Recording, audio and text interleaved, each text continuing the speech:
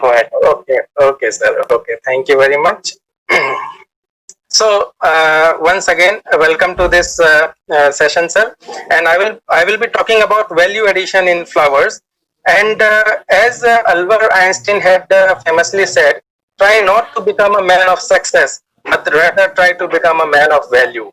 And it applies to flowers too, which are extremely perishable, and to sustain themselves, they need value addition.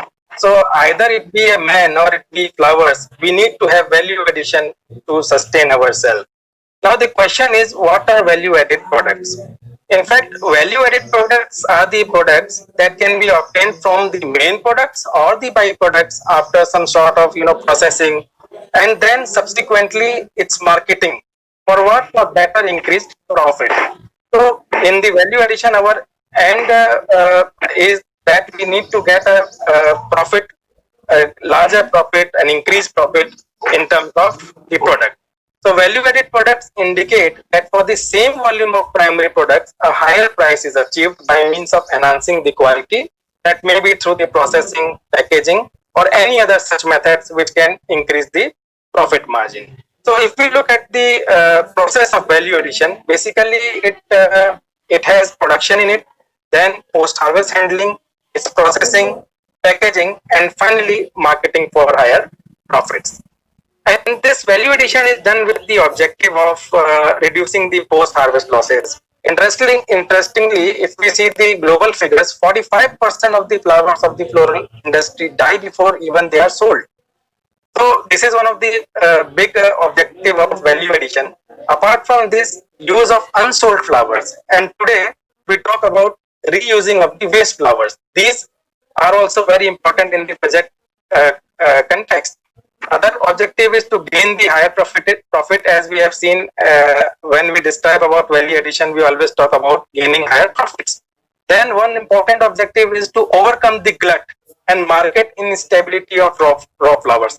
It's a very common problem. In flowers particularly, we face a market glut of the particular flower many a times. In that case, and in that times, value addition come to save us from the low price effect on the market. Then another objective of value addition is to increase the export share in the global trade.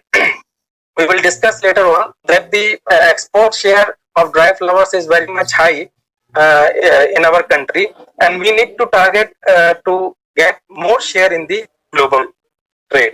Last but not the least, to generate employment, entrepreneurship. These are also the objectives of value addition, so that one may not be a job seeker, he can be a job giver also. If we look at the advantages of value addition, it preserves the ornamental plant parts and creates novel products appealing to the consumers or the customers. Value added products provide more variety to the consumers and also improve other sensory properties of the product. That is why they are into fashion nowadays. It supports the year-round availability even in the off-season. Then one of the most talked about is eco-friendly and biodegradable products. They are the need of the hour, and through value addition we can get range of eco-friendly and biodegradable products. It also minimizes the post-harvest handling losses, and again it is long-lasting. One of the most the biggest advantage of value addition is that the out product is in fact long-lasting. Now, talking about value addition in flowers, it's a big topic, and there are various and many avenues in value addition. One of the more commonly known is dry flowers, essential oils, cosmetic products, pharmaceuticals and nutraceuticals, concrete and absolute, pigments and natural dyes, flower tinting. In many big cities nowadays, we can see that along the pathways there are small vendors who are selling the tinted flowers, edible products, floral ornament, and then the flower arrangement. These all are the avenues which are taking shape these days for value addition. Some of the examples I have shown here, like in rose, value added products are rose water, rose oil, concrete, gulkan, rose tea. Similarly, in chrysanthemums, we have garlands, dry flowers, potpourri, edible chrysanthemums. We all know pyrethrin, an insecticide, is extracted from chrysanthemum, cosmetics, turquoise and carnation, concrete and absolutes, dry flowers, edible carnations. In anthurium, we use anthurium for various flower arrangements also. In gladulus, bouquet is very much made from gladulus flowers. Then flower arrangement, scented gladulus is also an important aspect in value addition. In tuberose, floral ornaments and yes, essential oils. Very much important value added product of tuberose, essential oils, medicines, edible tuberose. In jasmine, again, we all know that how important essential oils are, medicines. Again, jasmine tea is also being used in a great amount these days, apart from jasmine syrup. In marigold, phytochemicals, yes, in phytochemicals, basically carotenoids is much talked about and much demand in the market. And we have natural dyes, essential oils, and Tacitus lucida is also used as salad in some places in our country and globe. So one of the important avenue of value addition is dry flowers. Your eyes is mesmerized with such kind of products that you just become awesome looking to these products. So in fact, what are dried or dehydrated flowers? They are the dehydrated flowers or plant part which can be used for ornamental purposes. Now when we say dry flowers, it doesn't necessarily mean only flowers, but it means all the flower parts, also the dried shoots, seeds, barks, etc. Whatever that can be of our ornamental value are used in dry flowers. Dehydration is an important post-harvest technology for enhancing the ornamental quality of the flower. The process is very simple and it involves either drying. It involves in fact drying, bleaching, and coloring after the collection of the plant parts. Drying is done basically by air drying, sun drying, oven, microwave oven drying, freeze drying, or embedding drying, depending upon the crop, depending upon the part to be dried, and depending upon what the product has to be made. If we look at the Indian scenario of dry flowers, out of the total floriculture exports from India, 60% comprise of dry flowers. So it's very important from the trade point of view. India has exported about $7.95 million in the year 2019-20, and India is the fifth largest exporter of dried flowers and second largest exporter of dried foliage in the world. So see the business, the amount, volume of the business which has been carried by the dry flowers. So as of now, about 65 countries are in trade for dry flowers with India, and the top 5 trading partners are USA, United Arab Emirates, Singapore, Malaysia, and Germany. Now, few countries like Spain and Egypt are also coming up, and if we see the past history, there has been a growth of about 86% in the demand of dry flowers from Spain from India. Similarly, Egypt has also about demand of more than 60% from India as far as dry flowers are concerned. And one thing what we need to see is that there are only few places from which the dry flowers are exported. If we talk about the ports, Tuticorin, Kolkata, and Chennai, these are the 3 ports from which dry flowers are exported to the major parts in the globe. So various uses of dry flowers which are taken are handmade papers, lamp shades, candle holders, photo frame, boxes, wall quilts, cards, gifts, and potpourri. So these are the basic products which are usually made from dry flowers. There are many other products which are made, but these are the common made products which you can see in the florist shop also. So here, as sir has said in the brief introduction, that we had established a dry flower lab at 𝐺𝐾V Raipur, and we made various products out of it. Like you can see the dry flower basket, the dry flower bouquet, dry flower pots, the handicrafts, the mementos, all this.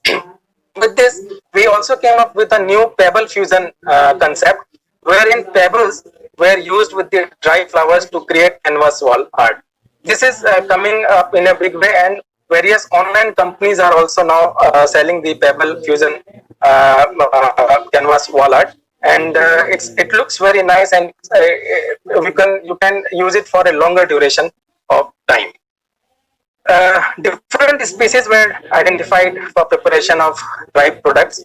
Like in flower crops, we used rose, daisy, acroclinum, cosmos, dahlia, euphorbia, calendula, all those which are very well known, candida, chinia, and the buds and flowers were used. Apart from that, we also used palms. Palms, in fact, we see that is a very big problem that the dry leaves of the palm fall down and create nuisance on the roads. So we thought of why not using these leaves for creation of dry flower products. So various palms were also tried. As you can see, one lampshade has been made from the date palm. Then cycas and inflorescence of fishtail palm is also a very good item for making dry flower products. So we used all these for creation of dry flower products. Then one more thing, while visiting fields, we see so many weeds which have ornamental value, which look very nice. So we thought of using these common weeds for making dry flower products. So some of the weeds which were common, like Leucas aspera, Celosia, Gentiana, Xanthium, Malva pusilla, Chloris barbata, Parthenium, these all were used. From some weed we took the flowers, some pods, some inflorescence, and made some dry flower products. And you can see in this photograph we made a weed basket. So this can be also a very good ornamental thing to keep on your tables. Apart from flowers, we also tried vegetables, some trees. In vegetables, you can see this instrument which is used in music, which has been made from the bottle gourd. Similarly, we also used cereals, pulses, and oilseeds. Whatever you can visualize, which can be of ornamental value, we tried and tried to standardize this drying technology and use in the flower pots. And you can see maize husk, silk, wheat rice, panicle, spikelet, till seed pots. As you can see, all these were tried and used for dry flower products. So what is the need and why we need to boost the dry flower industries? See, a small cottage industry can be started with a minimum amount of budget here. If you have the willpower, you can start industry, and it gives a good return. Somewhere between 500 to 1,500 per day, a very conservative figure. See, in the art, you don't in fact. If somebody likes a painting, he gives any amount of money you can ask for. So same is the case with the dry flowers. If your product is being liked, the money is not an issue. Another important thing is with this dry flowers, you don't need a big area to start the business, and you don't need a big area to cultivate the flowers to be taken as dry flowers. It can be initiated by the farmers who have small land holdings or who have a small area to begin with.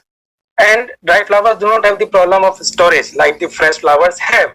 And moreover, since they are dry, so they are not perishable commodities, they can be taken for a long duration of time. We have some examples, good examples in India as well. Everyone who is in floriculture working with this business knows about the Ramesh Flowers Tuticorin, who have done good work in the dry flower business. And I was looking at some figure in 2018, they had an annual turnover of rupees 80 crore. Now, what is important is that 98% of their staff are women, Ramesh Flowers, 98%. So this is what really clicked in my mind, that see how the people are working. And so you can see various examples, and in small places, even in Jhansi, I was seeing online companies there are who are giving dry flower products and supplying online to the various consumers. So another important aspect of value addition is flowers for essential oil. There are many flowers which are being used for essential oil, like rose, jasmine, tuberose, narcissus, marigold, calendula. In fact, from flowers, through solvent extraction, we get concrete. The concrete is separated with alcohol to get the absolute, and through steam distillation, we get the essential oils. So, if in majority of cases, you will see that the volatile oil is used in small amount for therapeutic aromatherapy. Most of the time, it is used for expensive floral perfumes. In case of tuberose, if we take 30 tons of tuberose flowers, we will get about 27.5 kilogram of concrete, and from that we can get about 5.5 kilogram of absolute. And these are very high selling I saw somewhere the rate was about from 60,000 to 90,000 rupees per kilogram. So if one goes for value added product, instead of loose flower, if one goes for selling of concrete or absolute, he gets higher profit, and a good profit definitely brings a smile to your face. So these are the various ranges of perfumes, various range of perfumes and tuberose, essential oils from various flowers. Like you can see here, jasmine, plumeria, rose, perfumes, and essential oil tuberose. Today, these days, a big business of incense perfumes, agarbatti, dhupbatti, these all are being used to give fragrance. So like you can see rose, tuberose, mogra, jasmine, all these are being made for the incense sticks. And if we talk about the major flowers, rose, everyone knows that Rosa damascena, Rosa begoniana, and centifolia, they are being used for essential oil. And in India, damask rose is basically grown either in commercially for essential oil, either in Rajasthan, in Himachal Pradesh, Palampur and Kullu area. Likewise in Uttar Pradesh, Aligarh, Kannauj and Lucknow. Kannauj is a center which is coming up in a big way. In fact, from Bundelkhand also, we are supplying some damask rose to Kannauj for essential oils. Apart from these, there are jasmine, tuberose, and tacitus, from which essential oils are taken. See, jasmine auriculatum has the highest oil recovery, whereas jasmine grandiflora, commonly known as chameli, has the best quality oil. So, depending on the what kind of business we need to do, we choose the species for cultivation. And India is one of the leaders in the jasmine essential oil production, along with China, Egypt, and Morocco. Similarly, in tuberose, the concrete content is about 0.08 to 0.11% in the single type of tuberose. We all know that the single type tuberose are aromatic and they are good for essential oil extraction. India is the leader as far as tuberose oil is considered, followed by Egypt and France. Similarly, tacitus oil, various species are there from which oils have been extracted, and India also has a significant role along with Zimbabwe, South Africa. Talking about the major two contributors of essential oil, jasmine and tuberose, India is the largest exporter of jasmine oil in the world, accounting to over 40% of the total world exports in jasmine oil. Look at the volume and see the potential and prospect of jasmine essential oil extraction business in India. Tuberose and jasmine from South India, they have created a mark in the world market, and everyone knows how they are valued for. The major buyers from India for essential oil in these crops are former USSR, USA, France, all these countries.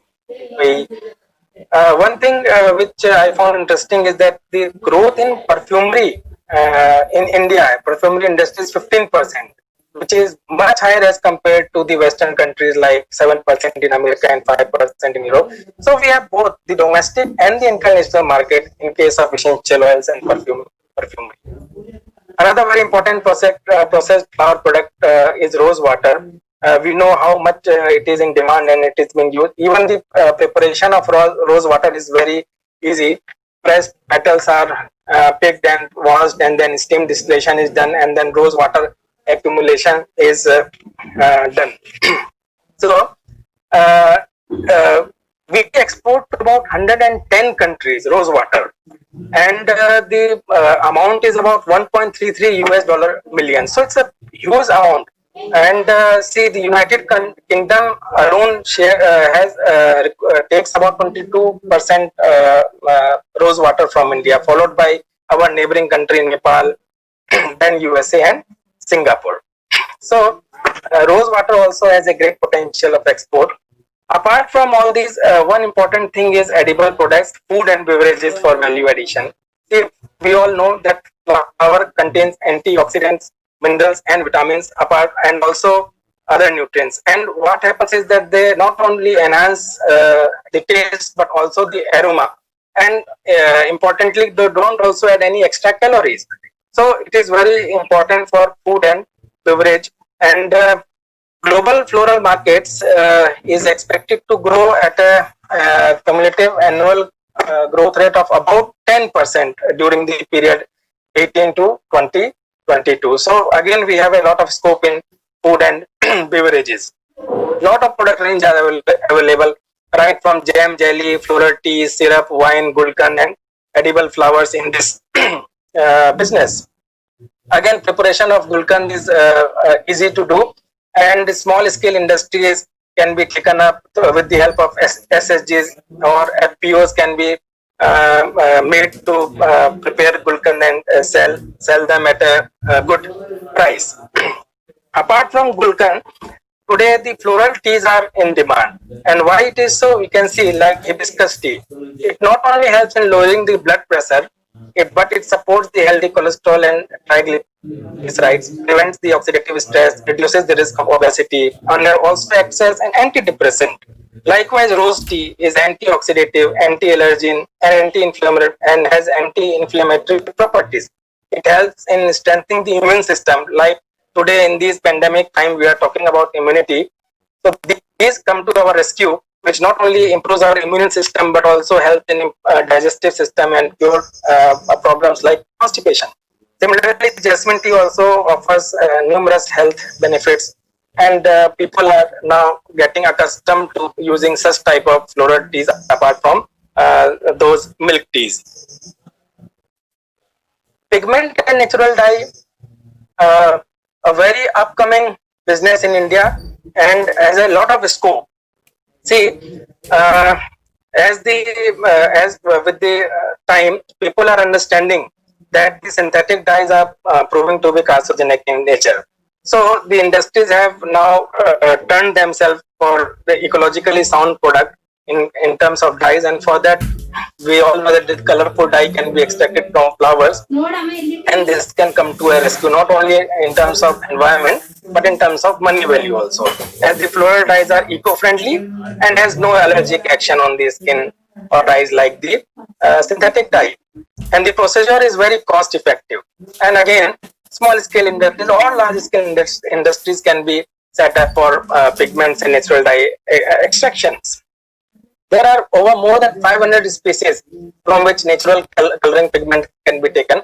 I have listed some few like China rose, marigold, flame of forest pallas, very beautiful flowers during summer in the forest, and like Tecoma stands, a shrub used for screening hedges. The flowers of that can be also taken for coloring pigment. So different flowers have different coloring pigment, and according to it they can be extracted. Organic gulal, in the case of when we celebrate Holi, gulal is in lot of demand, in lot of need, and today various small groups are preparing gulal, like for red color from Butea monosperma hibiscus, from yellow, for yellow gulal we can use marigold petals, chrysanthemum, even the flowers of Cassia fistula amalthus are used. Mehendi for green. Gulmohar leaves are also used for preparing organic gulal, green organic gulal. Jacaranda and blue hibiscus for getting blue gulals.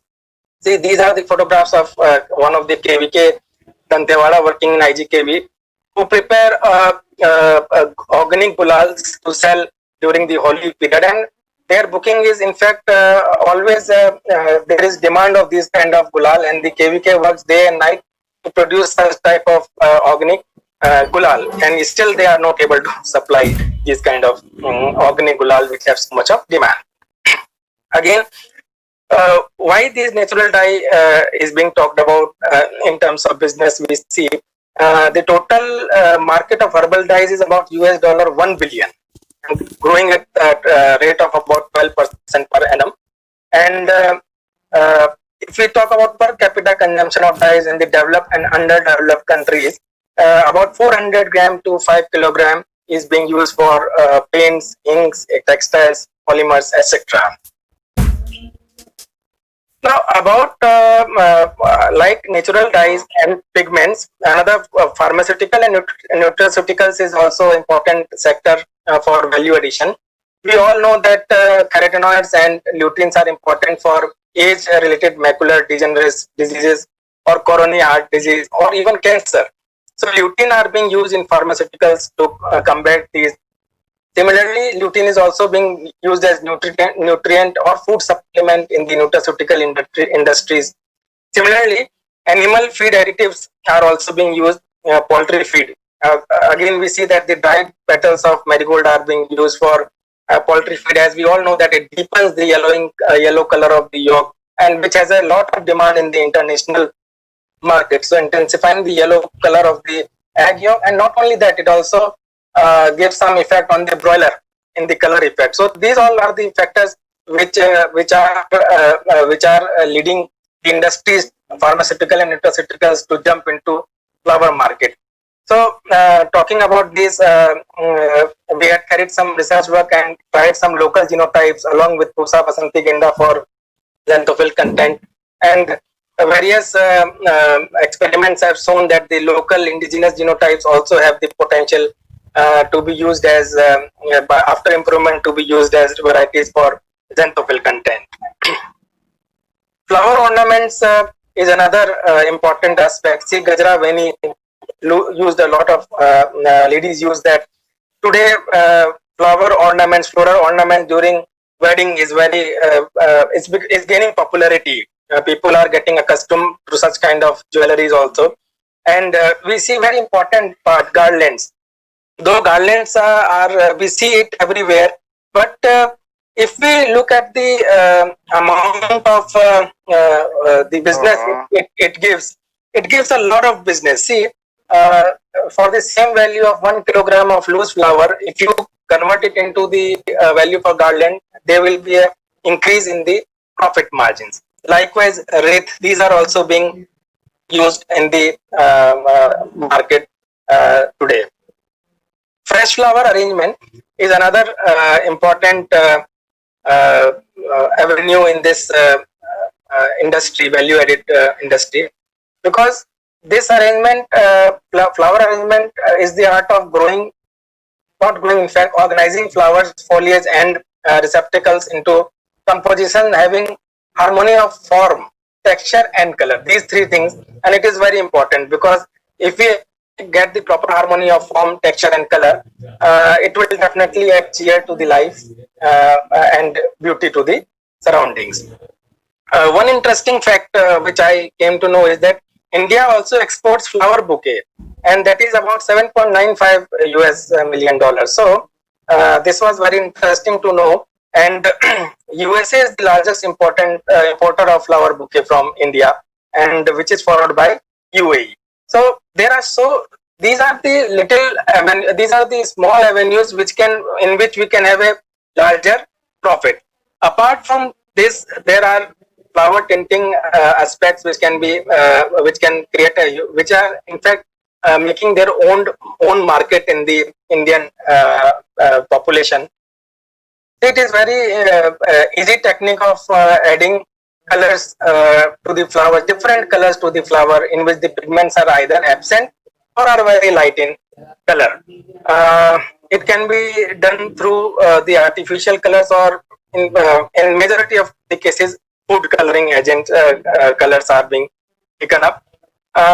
One always sees when you open the net Google search, you will see deep blue roses, flowers which are very uncommon, and we can get them through flower tinting. So the dream of looking the flowers in the color you want to see can be fulfilled by these small techniques like flower tinting, and yes, they have a demand in the markets.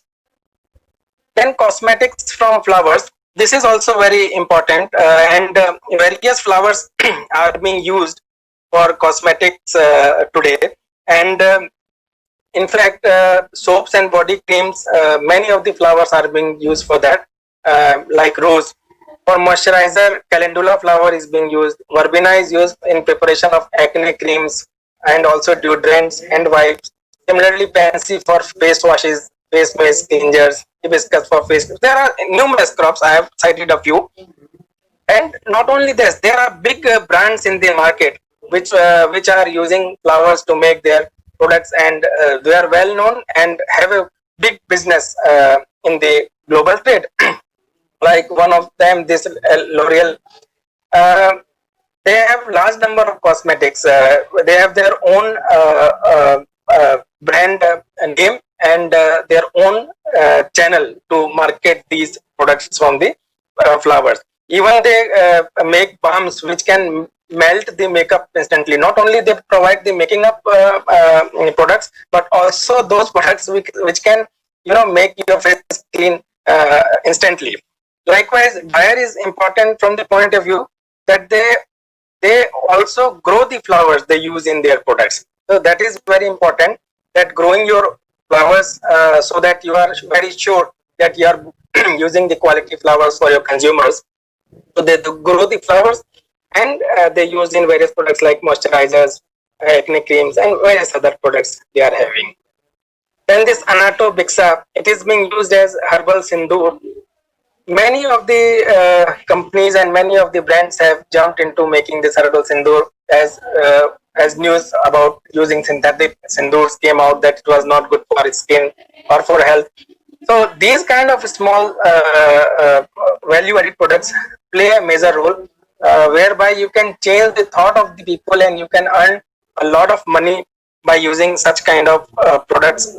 And I had seen one herbal sindoor being made by a group of scientists at College of Agriculture, 𝐷𝐷 in Chhattisgarh, and in fact, the quality of that sindoor was so nice that it was looking as if it's a chocolate. It's a dairy milk chocolate. Looking on at the sindoor, you could feel like that. Then, to sum up, in fact, what is happening is that value addition in flowers today is becoming more important and more pertinent with this pandemic COVID-19 happening. We have all read about the news, how the farmers were affected and how they had losses and how they had to leave their flowers in the field as the way they were, because they were not able to sell them. And so many queries throughout the country were asked by the farmers as to what they can do with the farmers in their with the flowers in their field. And to this comes the thought of value addition, and you can see many advisories were given that how we can give value addition to the flowers. So not only in the pandemic times, any time value addition can come to help in selling the flowers. So all the hardship and the challenges point towards that we can diversify into value addition, whereas wherever possible.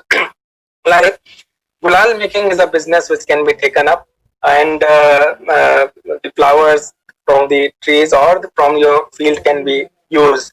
Then incense sticks, agarbattis, dhoobattis, poultry feed. But yes, we need to have a proper planning for that and a proper marketing channel. And if we are proactive, if we have all these things, if we deal in a proactive way, we can definitely sell them also. Then gulkan and rose water from roses, pigments and dye extraction, essential oil extraction. These all are the avenues which can really be taken up in these time and in the times to come. Not only to reduce the post-harvest losses, but also to gain income. Then the dry flowers, for those flowers which can be used for conversion into dry flowers. Then vermicompost for recycling of the spoiled flowers. Many of the temples these days are using vermicompost units for recycling the flowers which are offered to the god. And this recycling method is being practiced in other ways also now. And in fact, we at 𝐸𝐶𝐢𝐒 are planning to replicate this model of producing vermicompost from the flowers, which are we have two big temples here, one at Datia and one at Orcha, and a huge amount of flowers are offered, and we can use them for vermicomposting. But yes, this can all not be done by just giving thoughts. We need to have a very intensive program intensive program to generate the skill development, to build the capacity of the people. And many universities, many institutes, many entrepreneurs are doing this work, and they are trying to advertise about the value addition in flowers. They are trying to give the technologies and transfer and deliver the technologies to the people, so that they can take up these kind of value added products in a small scale or large scale. In one of the photographs, you can see the enthusiastic NSS students who made greeting cards and which gave smiles to their faces. So the matter is that we need to train the people, we need to make them aware, so that they can come and jump into this business, and also give a supporting logistic support for their marketing. In fact, at Chhattisgarh, we had started giving our honorable visitors dry flower bouquets instead of the fresh flower bouquets. Memento made out of dry flowers, which they used to relish and cherish on their tables. And when we used to go back and see those artistic memento on their table, we used to feel very happy about that. So this is all about the value addition, which I think needs to be addressed and taken up in a big scale. And I would like to end my lecture by citing, this is a craft made by one of the lady in Raipur, who is involved in dry flower production. And see this line, who has seen the wind? Neither you nor I. But when the trees bow their heads, the wind is passing by. With these words, I would like to thank you for having and giving a patience hearing to me. And apologies for the surrounding, which may not have been very appealing because I am sitting in the car. Thank you very much once again. Thank you for the patience hearing. Thank you so much, sir.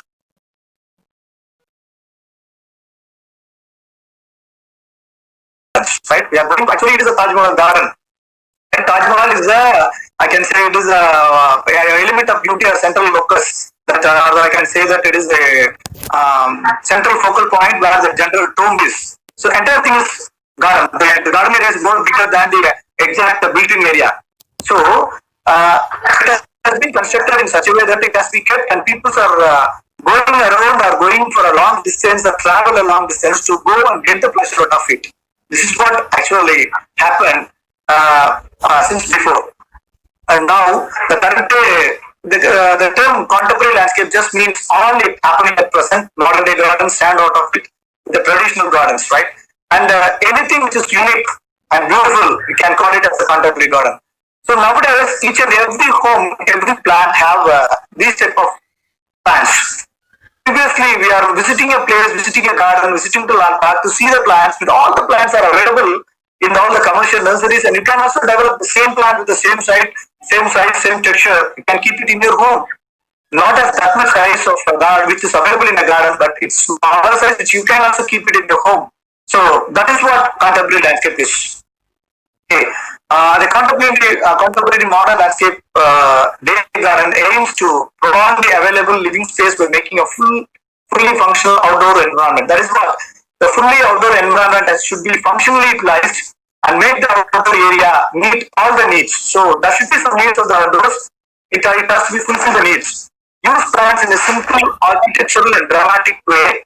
So here, it's mimicry of the plants has to be merged with our creativity to produce a beautiful garden. That is what contemporary landscape is. And all the plants which we use should be low maintenance. Creating a modern garden gives you a home as real wow feeling, right? So this is how every home has to be developed with a new uniqueness with the plants, with other components. In short, while expecting the world of modern gardening to increase in value, I would like to add here. So the fashion, what we are wearing, how we are grooming our hair, what are the costumes which we are using, it's every day this get changed.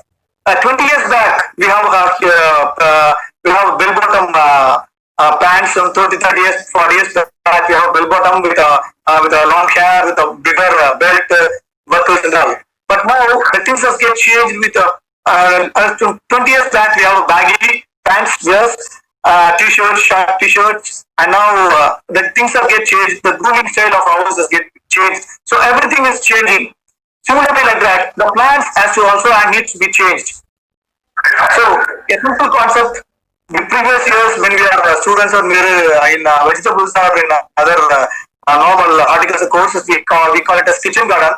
But here in landscape, we call it as edible garden. It's nothing but the conversion of the nomenclature and the ideology that what we are working with. It's kitchen garden versus edible garden.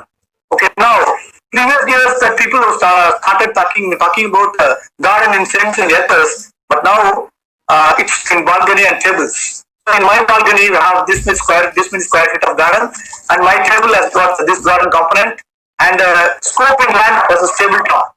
So I have a garden for more than 3 acres or 10 acres. Rather, I have a small garden at my table, right, with a water cascade, waterfall, then water wall. All the things are possible in a tabletop of 1 square feet. And a garden and a component. Previously, when you go to a garden, you can have a number of components, plant components, then harvest components, many components, and now a component became a garden here. A small component of a small waterfall, when you keep it in the table, that became a component of a garden. Like when you keep some 2 to 3 algae or ferns in that, just one algae plant, one fern plant in the component, it became a garden. And now, contemporary garden design is described as eclectic and comprised of a hodgepodge of ordinary component items. The design allows to unique freedom and expression. So it means that each and every place of a small home, you can develop a garden which should have a uniqueness with all the components. Okay, now let us look at this. The worth of 1,000 coin is more than having 100 of 10 rupee coins. 10 rupee coins. So instead of putting more number of components, just one component with an elegant adds more contemporary designs. Okay, now what is the scope for this contemporary design? Where we can enter. So 3 homes, vertical landscape, hanging landscape, natural water features, Zen garden, then center garden, butterfly garden, conservative ecological landscape for urban industries, for balanced ecosystem. These are all the possibilities of scope.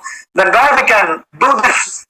So it doesn't mean that the contemporary landscape should have a separate thing and it's a separate entity of doing something different with other varying with the normal landscape. So this contemporary can be done in the residences, either it may be multi-story, gated communities or individual villas, or for public gatherings, restaurants, parks, pubs, or for institutions, schools, colleges, industries, hardwares, etc., softwares and hardwares, etc. So it is possible for us to inculcate the components in such a way that in all these traditional or all these terminal gardens what we are looking at. Everything depends on the design. So the appearance have to be minimized, minimalist and streamlined. It can be achieved by linking the outdoor to indoor space. This is very important, that how the plant component has to be linked with the non-plant components, or I can say it's a hardscape component. It creates a seamless type of transition and spacious feeling. So this could be possible by interconnecting the hardscape with the softscape components. Now let us talk about rapid urban developments. Actually, the urban development, they have got more urbanization of expanding the urbanization areas because of the urban agglomerations, and these contemporary gardens, either the area is smaller or bigger, or we have got whether the number of plants are more or less, and this becoming an outdoor extension of a living space offering comfort, elegance and functionalities. Just you can see a garden of 15th floor or 20th floor or in the rooftop, where the residents of all the almost more than 300, 400 families are there. All those people are having only space here at the terrace. So actually there is no compromise that reduced space, right? Reduced space is not an excuse. Actually, whatever space which is available for you, you can make a beautiful garden out of it. So that's what we already spoke about, value effect, and the property can even increase its market value. So these things are there where the land promoters first develop these type of gardens, or they just project these type of gardens, which is added value for the entirety of the property. Now look at the individual ones and the residential gardens, right? in every residences, right? In every residences or in everybody, that we want to express ourselves that how unique is mine, right? You see that this how my sari looks like, how my dresses looks like, how was the flower in my garden, how was the design in my garden, right? How is my handbag, right? So all these things that how unique is mine, we have to expose ourselves. So likewise in residential gardens, that we have to expose our garden and it has to be having its unique style of connecting the components. And a contemporary, how can we interfere with this contemporary design? A contemporary garden should have relaxed and homely feel. It brings the outside in and provides a living space. A person who is sitting in a garden should feel that he is there inside his home. A contemporary or modern garden always represents an oasis of peace, physical, mental rigor, extremely beneficial for the brain. When you have natural stress out of it from big cities, that if they sit in the place of a garden, they should enjoy the bird's noise, they should enjoy the water components, all the things should be there, and that is what contemporary landscape means. Now coming to the institutions that become a big market for the landscape industry, but all the institutions nowadays, of course, the newly opened institutions or the institutions which are going on the foreigners, and they wanted to create a beautiful ambience that based on the ambience they can attract the clients or attract the students or attract the stakeholders. So when the project themselves, right, apart from the ranking list and everything, they project their infrastructure and the ambience of that institute that inculcate or that enhances the value of that institute. And normally IT sector, so now sorry, after the previously that British and other gardens and European style, nowadays people Indian style we have a separate entity that we have a compound wall, big compound wall. Of course, Mughals are the good examples where we can quote Taj Mahal as a good example. We have a big compound wall surrounded with huge trees, and we have water component at the center, which will be diagrammatic or geometric, and it should be symmetrical, and the component which we are using on the left side should be same on the right side, with a uniform size, the shape, the color, texture, everything should be uniform. So then we can call it as a formal garden, symmetrical balance, all these things. But it has been broken by the Europeans broke the entire things and they go for freestyle gardens. No demarcations, nothing. Just it's the countryside, long, with some components, with some flowering beds, with some hedges, geometric hedges, right, and curved paths, walkways. So these are all some of the components where the Europeans introduced, and nowadays this IT sector being the leading money rolling machines. So they develop gardens in front of their vicinity or in front of their campuses, scopes, with such a type of European concepts, the freestyle gardens. So that automatically enhances the value of that IT company. So that they are throwing money on development of gardens in that IT parks. Okay, because contemporary garden, I can say, is of course of the moment its design elements vary by decade. Because 2 decades back the gardens are quite different, but now it's quite different. Probably in coming years to go, the garden style will be different. The style is composed of modern art, decoration, tradition, and future styles. So every day, right? Maybe I can say some 30-40 years back, a big boulder, right? I can say it's a big boulder of boulder, which will be used to throw in the coastal part to reduce the sea intrusions. But nowadays the boulders has been replaced for gardens as a statue, or just so they can keep the boulders in the garden as an art component. Just one boulder with some decorative values. It's all mixture of art, decoration, and other artistic crafting styles. This is why it may be a hodgepodge, but also have retained the smooth cleanliness or modern futuristic concepts. And how to achieve this? So we have a number of tools for us. One is selection of components and collection of materials, connectivity of various components with the living components, and geometry, how we are going to make the geometry and feel as an interior, right? Okay. Let us see one by one. Selection of components. Actually, we have to go for selecting the components for that particular site. Either it is a residence, or it is a balcony, or it is for a rooftop, or it is for a IT company or it is for institutions, whatever it is, we have to select the components accordingly that which component suits to the particular locations or particular site. And collection of materials where it is available and what kind of material it is, either it is fiber, pot, mud, cement, concrete. So what kind of material which we are using, if it is a hardscape components, what kind of lighting we are going to provide, what kind of water component which we are going to inculcate, that has to be that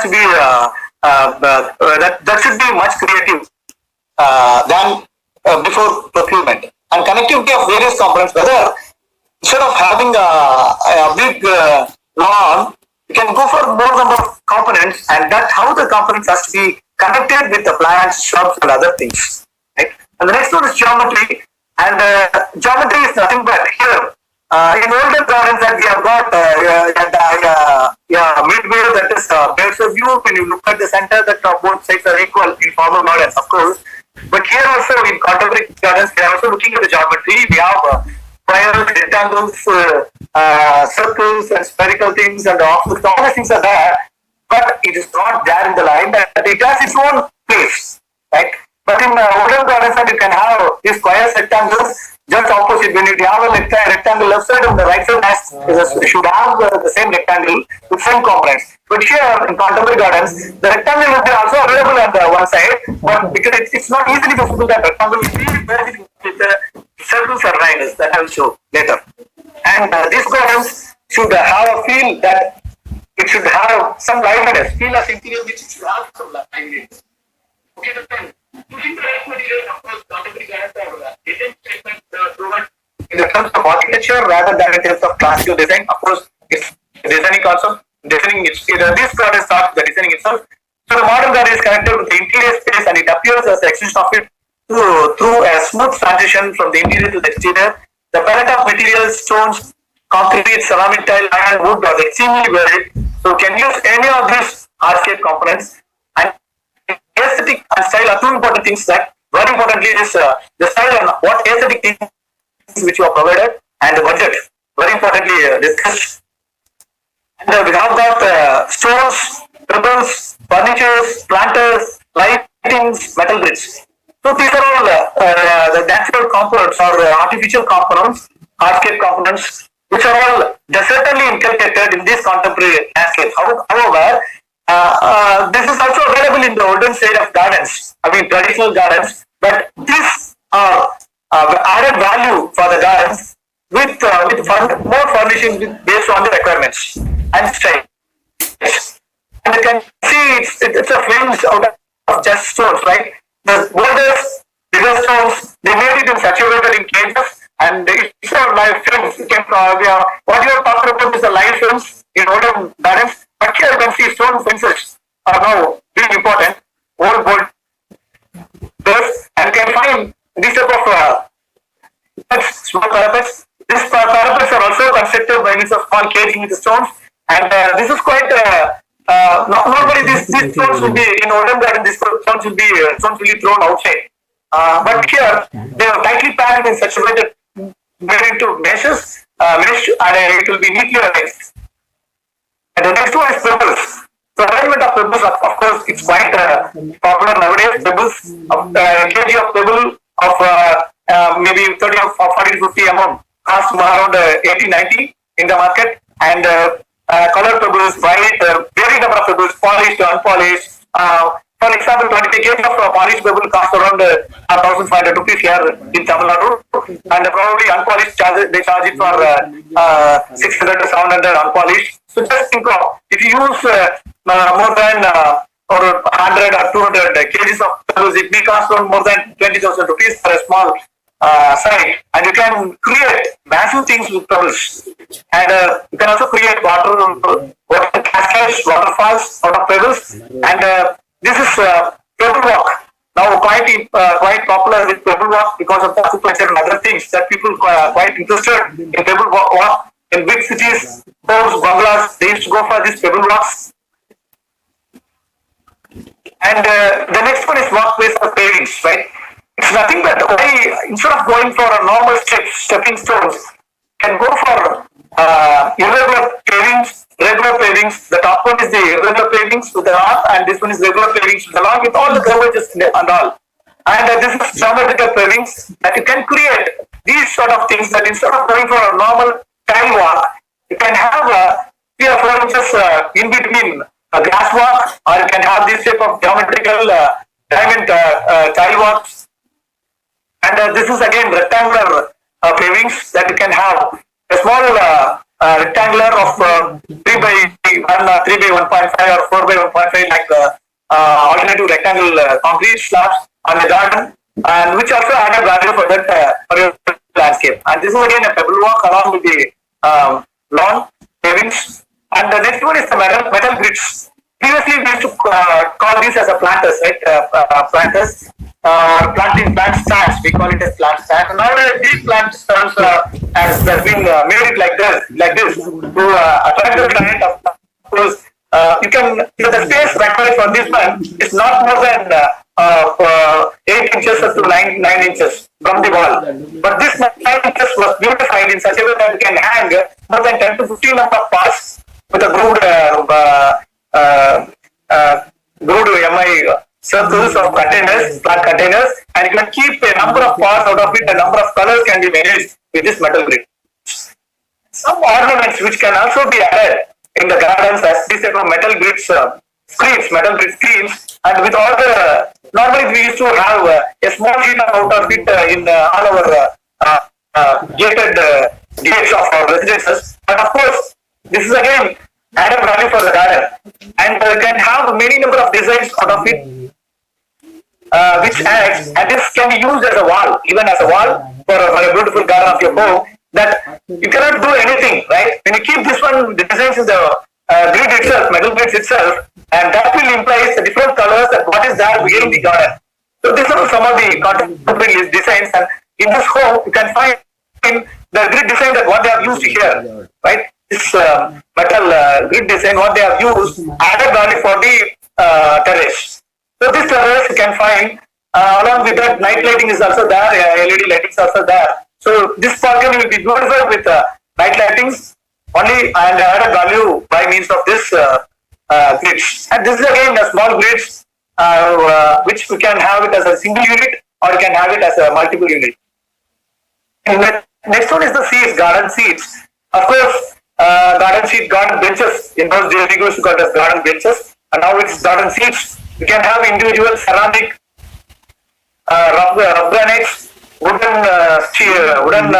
finish seats, and how the seats are arranged, right? It's not that nothing but in olden days we have circular seaters, garden seaters, but now the things are getting changed, that how they have made the illumination along with the garden seat in a company. And next one is the planters and tubs, which is of course I can copy from the Italian style of ferns and other planters, because the Italians are very good in making these type of ferns and pots, decorative pots and urns. But of course, there is no decoration in their pots and urns, but they have a small plant cut of this one made out of fibers, and as plus the concrete cements, and they can inculcate some plants and how to keep the plants in a garden. So it could be a bigger one, and a bigger planters, or circular one with a matte finish planters, with a wood finish planters. And it's nothing but a small Plymouth reflects the Sound of India plant. And when you keep the Sound of India plant just in this type of planters, which added value for that entire site. As of course, it is nothing a small planter. It's a simple planter. You can find it here. This is a simple planter where you can keep some bamboo here. Of course, the bamboo is this one is planted 4 days back only, so that I have taken this picture only 4 days. So that's why it is very not that much greeny. Probably it may initiate green because each and every node will give rise to green leaf. Probably I have to wait for another 10-15 days in a site. Okay, this type of just a material, when you keep the material, that simple material becomes added elegance to that particular location. And this is some of the landscape veterinaries used in contemporary landscape design. You can have a number of planters or hiders, stone veterinaries. Okay, now lights. Like this illumination in the light. Previously, that even nowadays, even today, see, garden lighting is very important. Now, in olden days that all the people or visitors, they are requested to move away after 5 o'clock because no light will be there, some other things will be there, snakes, other insects will be there. So for safety issues, that they will not allow the persons to visualize or to be engaged in the garden after 5. But nowadays, the Europeans, the party, everything will be hosted in the garden lights after 7 or 8 p.m. It goes up to 12 or 1 or full night. We have a party in the nights because of the light giving the lights. So what the garden will be illuminated, how it will be illuminated because of the valorization by the lights. So all the designs, everything can be done by means of lighting. So these lights have a dramatic effect. Of course, you can see this one, the previous one. We have a dramatic things during night hours along with the walk pavings, and illumination after sunlight is becoming nowadays big popular, right? After so normally we used to hear from our grandmas or grandpas, don't go there in the garden afterwards. That after 7 or 8 o'clock, the no light will be there. So nowadays people used to enjoy in the night lights than in the daylights. And next component is the water, and water is a very important component which stimulates the senses of human being. And water can appear as a decorative element in the garden in the form of actually we used to call water as a big component as a crystal, stagnation in small ponds, and moving water in lakes, or just in decorative pools, or in waterfalls, or water walls, or running water that is in small river or springs, or water games, zigzags and other things. And this is what the first picture is. This one is Kuala Lumpur. Water ignites liveliness. Actually, this garden is a water garden, and when you keep a small tub of lily with a lily pond in a home on the northeast corner, which added scientific positiveness to your home as well as added value to your home. So this one on the left side we have the water walls. This is the water wall where we have a water cascade and we have a pipeline settled and certain way that water will be recycled. And this we used to call it as water walls. And this is the waterfall, right? This is the difference between waterfall and water walls. And the normal thing that what we have visualized in Vrindavan, that we have the colorful fountains, so that's just by means of adjusting the nozzles with foam jets and other things. And we have lily jets, jet nozzles are there, we have jelly jets, apple jets, bell jets. There are a number of styles, models which is available.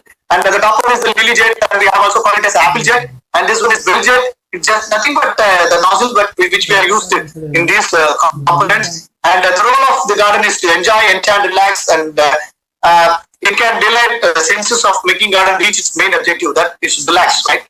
Okay, now coming to the selection of plants. So before selection of plants, we should have in your mind that what is the climatic requirement of that particular site and what plants has to be chosen for the particular site, whether the plant requires direct sunlight, whether the site is exposed in sunlight, or we have a partial sunlight area, and whether it is a shade. So what kind of plants we have to choose, right? And must be integrated into the overall design, right? What plants we are choosing should have an interaction. That is what very important positive or very important point to be considered in this contemporary design. It has to be integrated to the available other legends or available with other components. And minimal botanical diversity and balance. Of course, this garden being a contemporary, that we have to give at most our maximum diversity should be there. Either a shrub, a small shrub, or a fern, and an orchid, and a walkway, and a light, and a water. All these things has to be there. And botanical diversity in the plant components, in the living components has to be given. And must not be cramped. This is nothing but sorry. When you go for planting at the initial day, of course, what the people's, the NGOs and other things that or other agencies, Rotary and other Lions Club and other public welfare institutions, other things are doing, people are doing. They just plant it.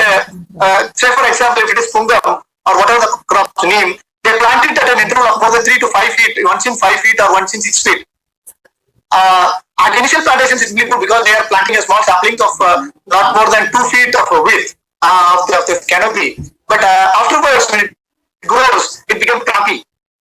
So normally avoid planting and you should create some sort of overlapping of branches so that sizes of maturity has to be taken care, and time and care. So how long it took, how long it grows, I did a site long back in 2006 for a resident. Actually, the cost of landscaping for his home alone for an area of 3 cents, 3 to 3.5 cents there. I did remember maybe in 2006 long back. I did that project. It's what for around 5 to 6 lakhs. It's very small one, but it was amply planted. But actually, it needs regular maintenance. It has to be pruned at least once in 3 months. But the client doesn't want annual maintenance. So I was also working that previously. Then I left that the company, and then see now when you see the crop, when you see the plants, it's all very much cracked, right? Even when you go for pruning, you're not able to repair it. That is again a big question mark. Now, how use plans to connect the components? While connecting the components, the component should be appropriate, right? With the water components, with the water loving plants, right? And it should be well organized, where to keep, what is the visibility, and what kind of backdrop we are going to give for that particular, what kind of painting you have to give. Everything has to be taken care of. A mixture of colors, what kind of colors of plants which you are using, and it should create some sort of liveliness. When you go to your garden, it should create some sort of liveliness. That is why people are pouring money on development of garden. Of course, during this pandemic season, right? I can say, right? Of course, the industry side, the IT sector and other industries, factories, big landscapers, because of the flow of money is restricted, they are not quite interested. They are not happy with the gardening and other things because they have to spend their annual budget for this. Of course, the production, everything has been handed up with the past 6 months. But for nurseries, residents, and the small landscapes, definitely they are. I can say that during this pandemic, I can say that there will be some upliftment because people are quite living in their homes alone. Now they are just realizing what kind of plants they are growing in their home. They have a look at the plants. Many of my friends are working and they are telling me, I have a plant here, but long back I have not noticed, but now I have noticed it has got beautiful multicolored flowers of hibiscus. It has planted 4 years back. Now we are looking at now. Right? Now we are looking at the color and you are telling me. So they are now realizing that how the plants are growing and how many days are required to produce a flower, how many days are required to produce a leaf of a plant. So all these things are now people started visualizing and quite interested in gardening because the whole day they are living in the homes. Previously that they used to came to the home only for the sleep after their company hours are over, right? It's all mixture of colors that I already discussed. Okay, and a contemporary garden should not as a sterile museum, right? It should not be a sterile museum just with all the idols, the other photographs and other arms and other things there. You can just visualize and go. Garden has to give some pleasure. It's not just visualize and go. And it should have some sort of sensational feeling that how the plants are growing, how the plants are blooming, how the leaves are producing. And the garden should be simple and functional geometric. The use of geometric lines are based on, I told you, squares, rectangles, circles, shapes. That should be there, but instead well with each other. So I can say the essence of contemporary garden is the combination of the style of the garden and the functional use of the garden. The spaces might provide comfort areas with the sun and shade, privacy, and circumstances for private life. And it should be very clear from the beginning what we receive from the garden, right? It's a pleasure. And I can say that the garden is an extension of your home, right? It's not a separate entity. It should be an extension of your home. And it is not just a topiary of making round the rooms. It should be having some sort of interest. And this contemporary design have the distinguished characters, arts, and shape sculptures which add beauty for the landscape.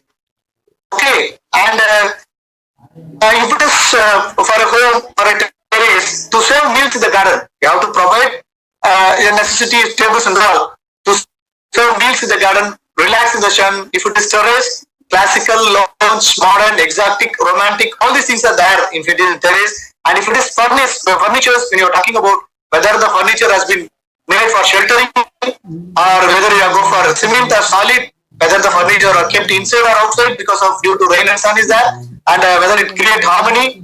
And this is again important point to be considered is the cohesion. Repeating forms throughout the garden can help bring cohesion to your garden. Cohesion is normally that the repetition of the components which added beauty to the garden. And I can say the hardscape components, I can call it as strong bones of a garden. The walls, fences, evergreen plantings, paths, patios, and these are all the bones of the garden that which will nourish the muscles of your plants, muscles of with the plants. And now coming to the analysis, what analysis that what are the opportunities and missing links for this contemporary landscape? Plant nurseries, right? Recently I have a client going to construct a resort, and what he asking is that, sir, this resort should be very much unique, right? The building concrete structures are same, but I want plants of different colors, ornamentals, and the person who is living in the first floor should enjoy the fragrance or color of the leaf, color of the flower, and it should be big, huge enough, with more canopy, with more greenness, everything, right? He is asking like that. So we have to search of plant list, right? You can have a number of plant lists, Tabibia, Bohemia with orange color, Tabibia rosea with pink color, then Dolly Chandra with yellow color, and then Peltophora with yellow color. So all these things we have arranged, we have listed, but selection, we have to procure these plants, right? Plant nurseries of getting all these plants. Of course, Ghana is a big ocean that you can get it from there, right? So if I'm not, it's not affordable to go to Ghana. Of course, now we have to go to procure all these plants. And pots and containers, what kind of pots, what kind of containers, either a ceramic, wooden, mud, and the irrigation detailing, right? What kind of irrigation we are going to provide, what is the water quality, water requirement for the crops, and skilled laborers. So nowadays, garden laborers, of course, we are charging here around 700 to 800 rupees per day for a gardener, who is a very skilled gardener. And of course, for an unskilled gardener, normally they used to charge for 500 or 550 here or so. But we have to teach them every point, how to trim, how to plant, how to remove the roots, how to depot. All these things has to be trained, and skilled laborers again a big thing, and budgets. Nowadays, right? Budgeting. I could say that being a landscaper or academician in landscape or researcher in landscape, I can say that after the construction of a home, after the construction of a building, after the construction of an institute, then only our gate opens, right, for the landscape. At the end, before they are about to open the home, having the ceremony, awarding ceremony, and they want some plants to be kept before the ceremony. Later on, they will go for gardening.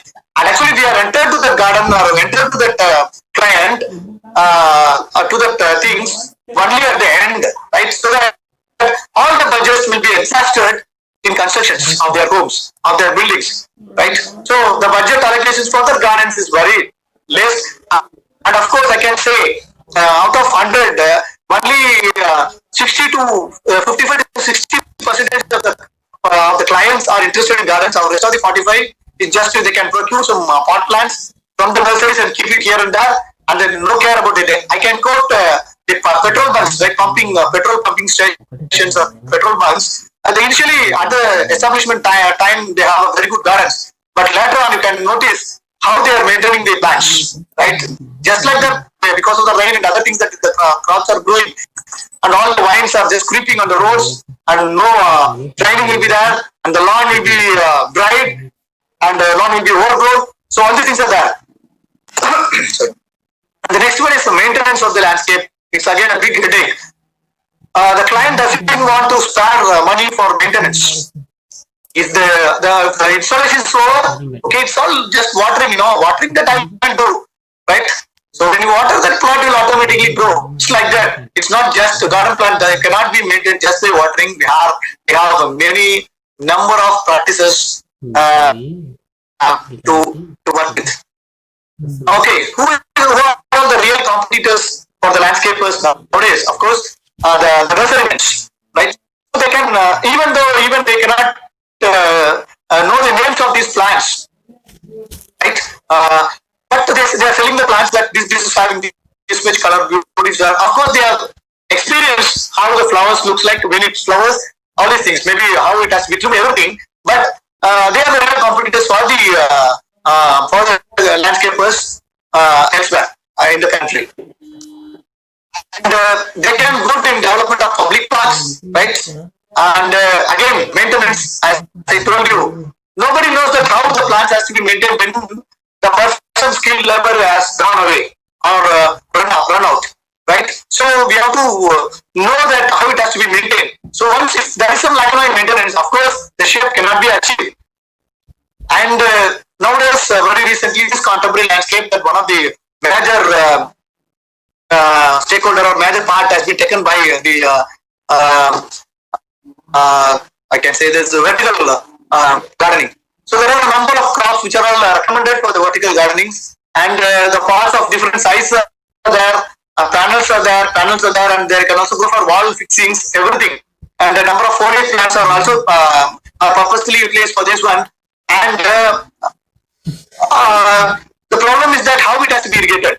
Number one, right? Of course, when you go for dripping, right? What is the calibration or requirement for the plants to irrigate or to go for dripping, right? Whether it is automation is there, and either through my mobile, how much automation that how much minutes the plants require water, because we could experience chlorophyll doesn't withstand waterlogging. When you keep waterlogging for 4 hours or 5 hours for chlorophyll, then the crop will be rot, color rot, everything damping off, all these stories will be there.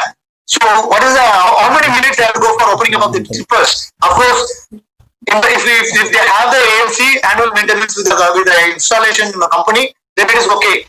Then if it is not there, right, just by water, we have a big headache. That because if it is outdoor, no problem. If it is in indoor, you have to take care of in maintaining all the plants. And now, what is the nutrition for this, right? What is the nutrition? Now, very recently we have standardized fertilizer sticks where we have got commercially available with the Amazon, and also we can also prepare out of it. This fertilizer sticks which will be dissolved in water, which is of course green color, because I have not included that slide in this. It's a small fertilizer stick which is of 3 or 2 inches. Of course, it is 2 inches with a small 0.5 centimeter dia, and this fertilizer sticks can be inserted to a plastic pot of 12 inch height. Sorry, it's 8 inch height, and you can keep it is water dissolvable, and you can keep the fertilizer stick for once you have to replace it once in 2 months, because this fertilizer stick will supply nutrients for 60 days. After 60 days, the entire stick will be disappeared and dissolved with the media, whatever media, whether you're going for compost or with a coir pit or whatever it is, leaf mold, whatever it is. Automatically, when you go for irrigating every day, at least for 5 minutes per day of irrigation, it started dissolving, and we can have it for 2 months. Right, one stick has to be replaced for 2 months for one part, which was standardized by our institute. And this is how in market people said they are not, it's lacking. So once if the crop was grown, of course, this vertical was made maybe long back, and it was unmaintained. You can find enormous growth you can see enormous growth, and it has to be pruned or I can say thinned out frequently, so that to maintain a proper distance with, actually they have made brown color with a green color and pale green, like that. Some patterning will be there, but that patterns are not visible because of the poor maintenance. So if you go for maintaining this one in a normal way or in the proper way, you can have a colorful vertical wall in this. The next one is the recently or introduced. People are quite interested and crazy about this hydroponic crop growing. Of course, in every home, people started growing hydroponic plants, hydroponic greens or multi-greens for a small area for their day-to-day home uses. And what kind of nutrition we have to give, right? Whether you have to aerate this water, whether is there any raise in pH, right? How long you have to change the water? Whether you have to go for standard water, or you have to circulate the water. All these things, of course, there are a number of YouTube teachers are available, and everything that what they have experienced, they keep it as a video, and they just put it in the YouTube, and then and there are many scientists working here and there, and then just because of that YouTube, and just they did all the things, but the technology behind that, what is the nutrient, how, where it is available, what is the cost, that is not available there. So that has to be given. That is why there are, I can say that there are a number of clients which also called me, sir, how to rectify this, I have this pipeline, everything, I have shown this one, number and other thing.